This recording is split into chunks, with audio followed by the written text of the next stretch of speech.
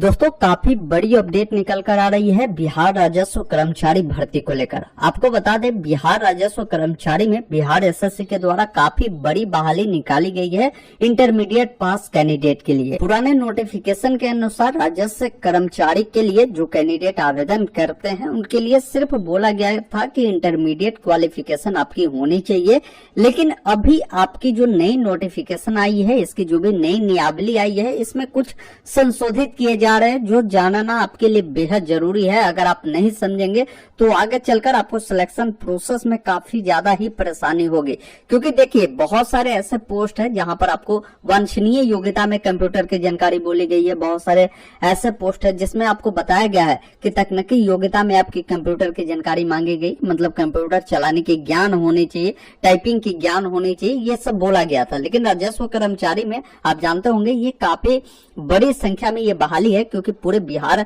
SSC में देखा जाए तो सबसे अधिक सीटें जो है राजस्व कर्मचारी में ही है, जिसमें सिर्फ इंटरमीडिएट बोला गया था। लेकिन अब जो है अगर आपके पास टाइपिंग की ज्ञान नहीं होगी तो फिर आगे चलकर आपको परेशानी होगी। इसको लेकर ऑफिशियल नोटिफिकेशन रिलीज हो चुकी है, कुछ संशोधित किए जा रहे हैं आपके नियावली में, जो आपको हम बताने जा रहे हैं। वीडियो अगर आपको पसंद आए तो इसे लाइक शेयर जरूर कर दीजिएगा, क्योंकि काफी सारे बच्चे इस पोस्ट के लिए ही इसमें आवेदन कर रहे हैं। उनको लगता है कि सिर्फ इंटरमीडिएट से ही हमारा इसमें चयन हो जाएगा, तो ऐसा नहीं होने वाला है। अभी आप देख पा रहे होंगे ये ऑफिशियल नोटिफिकेशन है, बिहार सरकार राजस्व एवं भूमि सुधार विभाग द्वारा अधिसूचना जारी किया गया है। यहाँ पर बताया गया है कि बिहार के राज्यपाल बिहार राजस्व कर्मचारी स्वयं नियावली 2011 समय समय पर यथा संशोधित में संशोधन करने हेतु जो नियावली है वो नई नियावली में कुछ संशोधित किए जा रहे हैं। उस नियावली को, यह नियावली जो है बिहार राजस्व कर्मचारी संशोधन नियावली 2023 कही जा सकती है। इसमें देखिए क्या क्या बदलाव हो रहे हैं वो आपको जानना जरूरी है, क्योंकि नोटिफिकेशन में बहुत सारी जानकारी दिए गए हैं। जो मेन पॉइंट है वो समझिए आप। दूसरा पॉइंट बताया गया है कि ये जो भी नियावली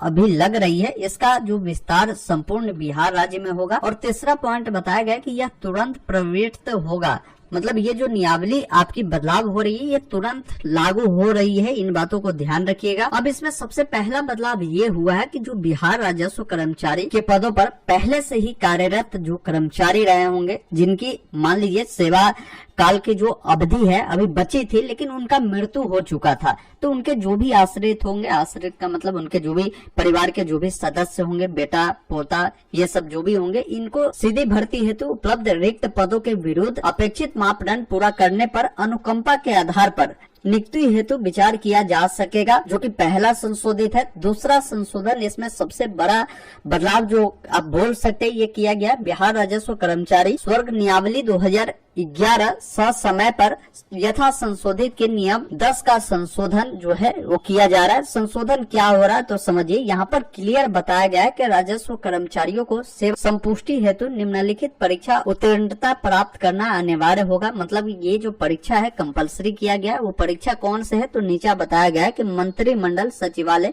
राजभाषा विभाग द्वारा संचालित हिंदी टिप्पण एवं प्रारूपण की जो परीक्षाएं होंगी ये आपको उत्तीर्ण करना जरूरी है। तो ये हिंदी टिप्पण का मतलब हो गया कि हिंदी आपकी जो टाइपिंग होगी, ये टाइपिंग की जो परीक्षा है, जब अभी आपका तो लिखित परीक्षा पीटी का होगा तो पीटी में ये आपका नहीं कराया जाएगा।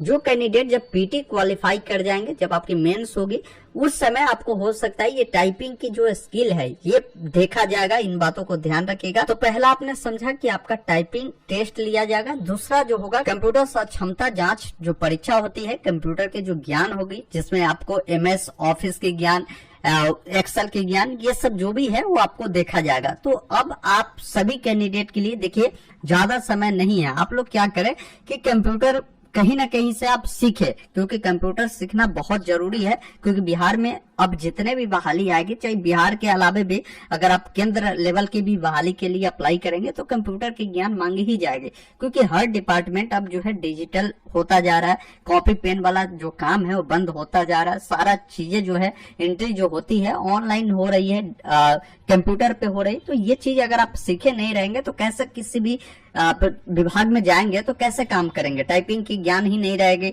सारा जो नोट बनाना होता है या कुछ भी टाइप करना होता है या तो MS ऑफिस में होता है, जिसमें एक्सेल, पावर पॉइंट, इसके अलावा MS वर्ड, इन सब के बारे में आपसे पूछी जाती है। ये सब बेसिक चीजें हैं, इसके बारे में आप ज्ञान लीजिए। किसी भी अच्छे संस्थान से जाकर इन सभी चीजों के बारे में आप सीखिए और सर्टिफिकेट आप अपने पास रखिए, ताकि फ्यूचर में आने वाली सभी बहाली में आप पार्टिसिपेट कर सके। इसके लिए तो जरूरी है ही, इसके अलावा भी कई सारे पोस्ट इसमें देखेंगे, क्योंकि बहुत बड़ी बहाली है बिहार में ये, और लगभग जो है अभी 22 प्रकार के इसमें अलग अलग विभागों में बहाली है। तो आने वाले समय में इसमें बहाली और बढ़ेगी, तो और भी विभागों में आपको मौका मिल जाएगा अगर आपके पास टाइपिंग की ज्ञान होगी तो। बाकी हमारा ये अपडेट अगर आपको पसंद आया हो तो इसे लाइक शेयर कर दीजिए, और जो भी आने वाले समय में बदलाव होगी उसके बारे में भी हम जानकारी आप तक उपलब्ध कराते रहेंगे। चैनल को सब्सक्राइब करके रखिए, वीडियो को लाइक शेयर कर दीजिए। धन्यवाद।